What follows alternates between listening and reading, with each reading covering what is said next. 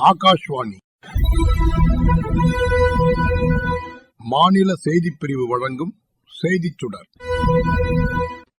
வணக்கம் நேயர்களே. இன்றைய செய்திச் சுடர் நிகழ்ச்சியில் மக்களின் மனதை வென்ற மத்திய அரசின் திட்டங்கள் வரிசையில் ஃபசல் பீமா யோஜனா திட்டம் குறித்து பொருளாதார நிபுணர் திருமதி கௌரி ராமச்சந்திரன் பங்கேற்ற நேர்காணலின் இரண்டாவது பகுதி இடம்பெறுகிறது. முதல் பகுதியில விவசாயிகளுக்காக தொடங்கப்பட்ட இந்த திட்டத்தின் அவசியம், பயன்கள், இந்த திட்டத்தில் சிறு மற்றும் பெரு விவசாயிகளுக்குள்ள அம்சங்கள், ஆண்டுக்கு எத்தனை முறை காப்பீடு செய்வது என்பது உள்ளிட்ட பல்வேறு தகவல்கள் குறித்து சொன்னீங்க மேம். இப்ப இரண்டாவது பகுதியில இந்த திட்டத்தின் கீழ் பயிர்களின் வகைகளை பொறுத்து காப்பீட்டுத் தொகை வேறுபடுமா, எந்த வகையான பேரிடர்களுக்கு காப்பீட்டுத் தொகை வழங்கப்படுகிறது, அதற்கான விதிமுறைகள் உள்ளிட்ட பல்வேறு தகவல்கள் குறித்து பேச போறோம்.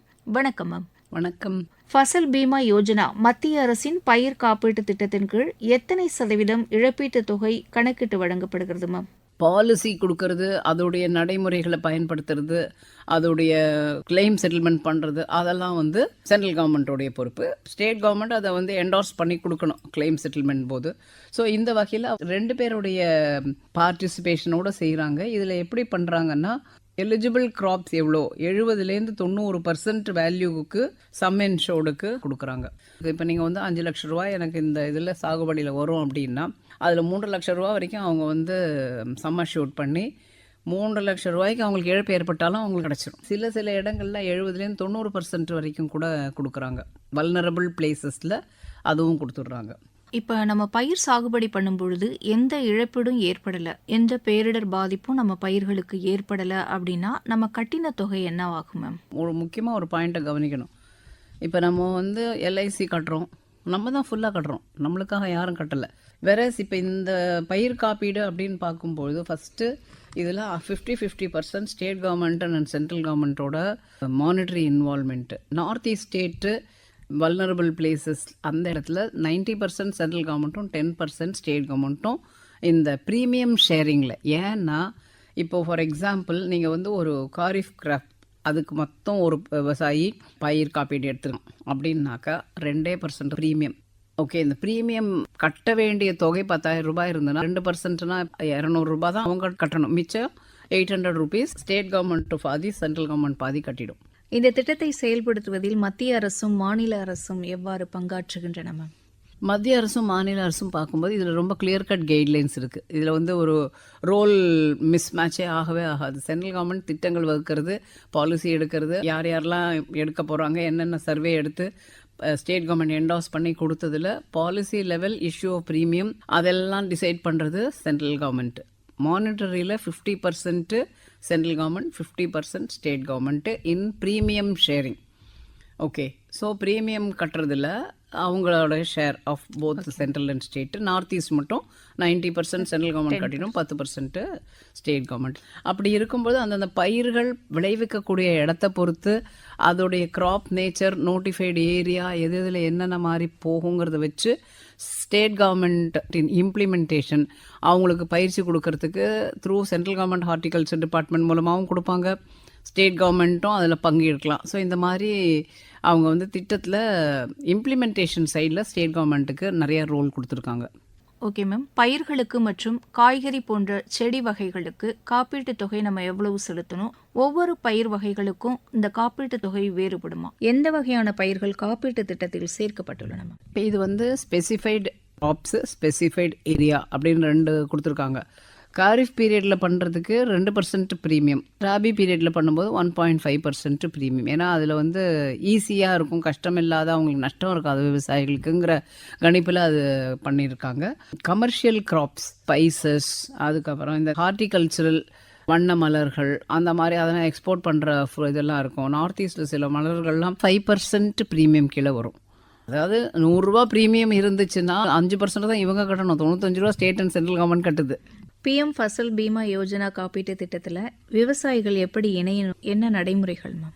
எந்த திட்டத்துக்காக இருந்தாலும் நார்மல் KYC அவங்க ஒரு ஃபோட்டோவில் ஆரம்பித்து ஆதார், பேன் கார்டு, பேன் இல்லாதவங்களுக்கு இந்த கிசான் கார்டு இருக்கிறவங்களுக்கு கிசான் கார்டு, அந்த கிசான் கார்டில் என்ன லிமிட்டு, 50,000 கீழே இருக்காங்களா, 50,000க்கு மேலே இருக்காங்களா, அந்த மாதிரிலாம் பார்த்து வச்சுட்டு இவங்களுடைய ப்ரீமியம் லெவல் செட் பண்ணிக்கிறதுலாம் வச்சுப்பாங்க. இது வந்து அவங்களுக்கு ஆன்லைன் போர்ட்டலில் எந்த மாதிரி டைப்புக்கு ப்ரீமியம் கட்ட போகிறோம், காரிஃப் பீரியடில் கட்ட போகிறோமா, கேட்ட கொஷின்ஸை நீங்கள் பார்த்துட்டே இருந்தாலே நீங்கள் உங்களோட அட்ரஸ் எல்லாம் கொடுக்கும்போது உங்கள் லேண்ட் இருக்கிற இடம் அது நீங்கள் குத்தகைக்கு எடுத்திருக்கீங்களா, ஓனாக எடுத்திருக்கீங்களா, இதெல்லாம் கேட்கும். அந்த கேள்வியிலேயே அதில் எல்லாம் ஃபில்அப் பண்ணும்போது அவங்க வந்து உங்களுடைய இதை புரிஞ்சுருவாங்க. ப்ரீமியம் எடுக்கணும், எந்த அளவில் நீங்கள் இருக்கீங்கிறது புரிஞ்சிடும்.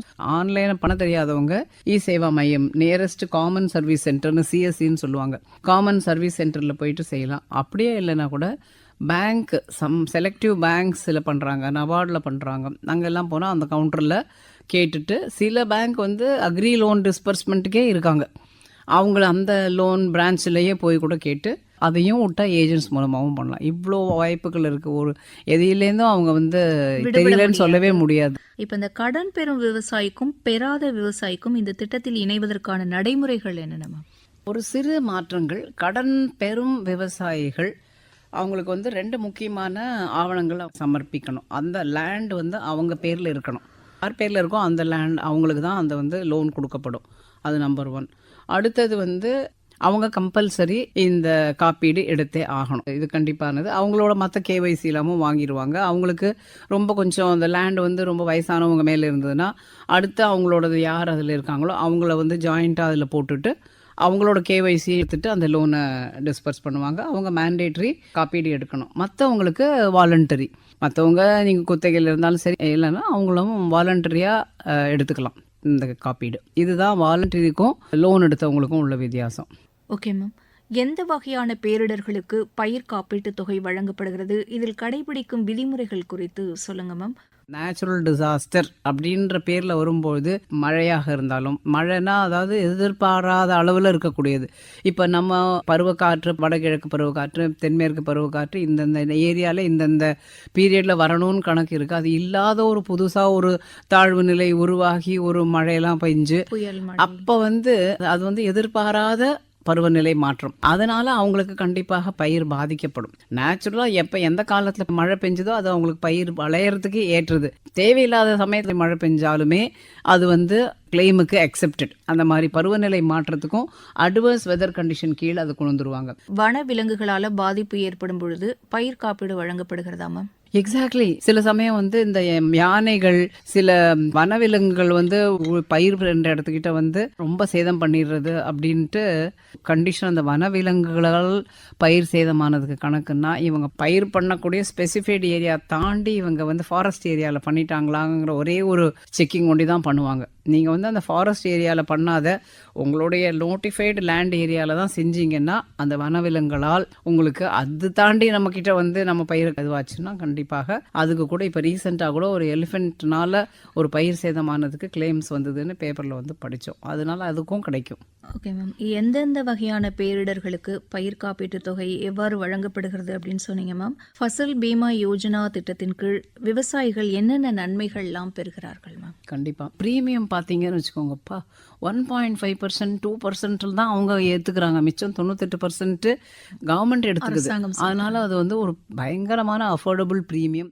அது வந்து இந்த கவரேஜ், காம்ப்ரஹென்சிவ் கவரேஜ் அப்படின்னு சொல்லிட்டு இந்த பயிருக்கு உண்டு இதுக்கு கிடையாது அப்படின்லாம் ரொம்ப கண்டிஷன்ஸ்லாம் போடாத, ஓரளவுக்கு கமர்ஷியல் கிராப்ஸுக்கு மட்டும் ஒரு நோட்டிஃபிகேஷன்ஸ் அந்த இதெல்லாம் கொடுத்துட்டு அதுக்கு ரொம்ப டேமேஜை பற்றி இல்லாத மற்ற எல்லாத்துக்கும் உள்ள கிராப்ஸுக்கு, நார்மல் கேரிஃப் அண்ட் ராபி கிராப்ஸ்க்கு எல்லாமே coverage very very liberal coverage கொடுக்குறாங்க. அதுக்கடுத்தது இப்போ முக்கியமாக விவசாயிகளுக்கு என்ன ஒரு மன நிம்மதி கொடுக்கறது அப்படின்னா, நான் விவசாயம் பண்ணுனா ஏதோ நம்ம மிஞ்சி ஒரு நேச்சுரல் டிசாஸ்டர் வந்ததுனாலும் நம்மளுக்கு இன்சூரன்ஸ் பாதுகாக்கும். 5 லட்ச ரூபா நான் எதிர்பார்த்தேன், எனக்கு 3 லட்ச ரூபா நான் ப்ரீமியம் எனக்கு கவரேஜ் இருந்துச்சுன்னா எனக்கு 5 லட்ச ரூபா நஷ்டத்தில் நான் 3 லட்ச ரூபா எனக்கு கிடைச்சிடுது. அதனால அவங்க வந்து இந்த மணி லெண்டர்ஸ் கிட்டலாம் போய் மாட்டிண்டு ஒன்றுமே கிடைக்காது இருந்தது போக இந்த இன்சூரன்ஸ் மூலமாக இந்த கவரேஜ் கவரேஜ் வருது. இதுவும் வேற அவங்களுக்கு 14 டேஸ்லேருந்து 2 மந்த்ஸ்க்குள்ளே கொடுக்கணும்னு ஒரு நிபந்தனை போட்டிருக்காங்க. மோர் ஆர் லெஸ் அது நடக்குது.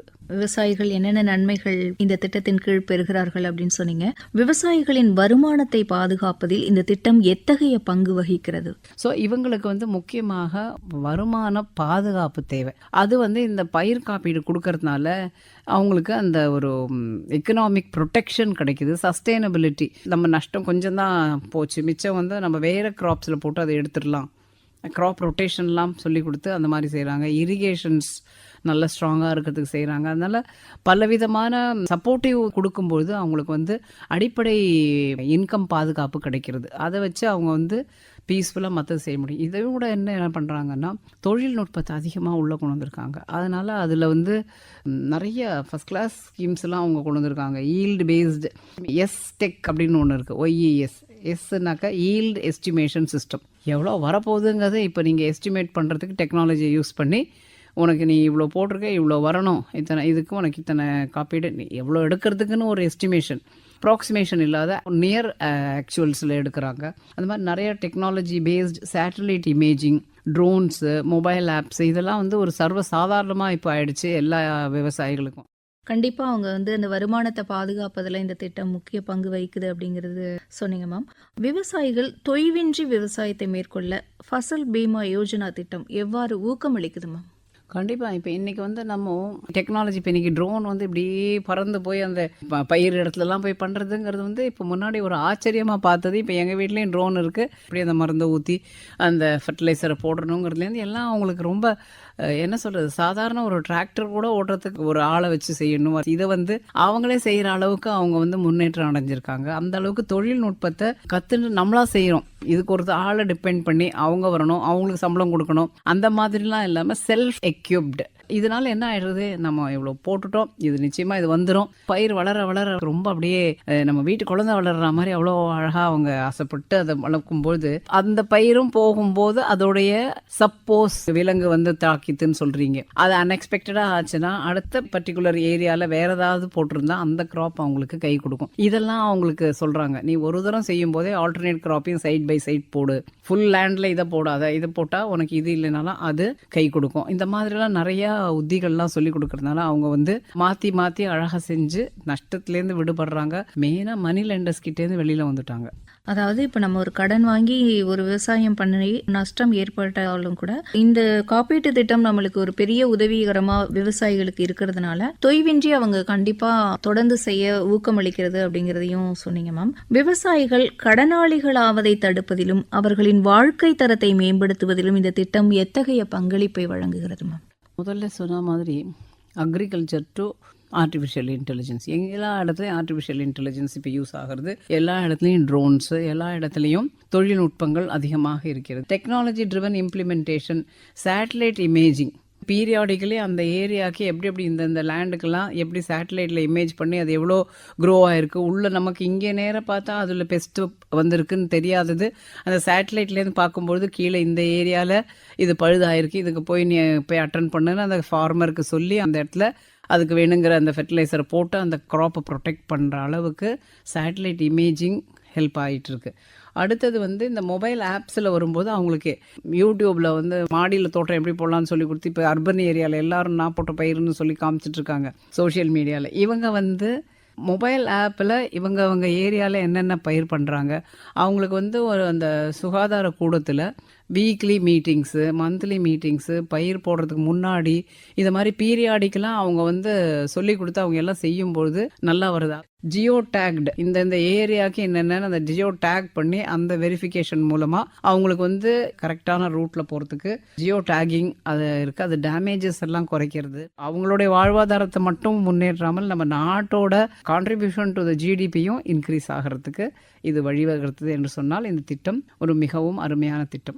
நாட்டின் முதுகெலும்பாக உள்ள இந்த விவசாயிகளின் வாழ்வாதாரத்தையும் வாழ்க்கையையும் கண்ணியத்தையும் மேம்படுத்தி இருக்கு இந்த ஃபசல் பீமா யோஜனா திட்டம் என்றால் அது மிகையல்ல மேம். நிகழ்ச்சியில் பங்கேற்று பல்வேறு தகவல்களை வழங்கியமைக்கு மிக்க நன்றி மேம். நன்றி.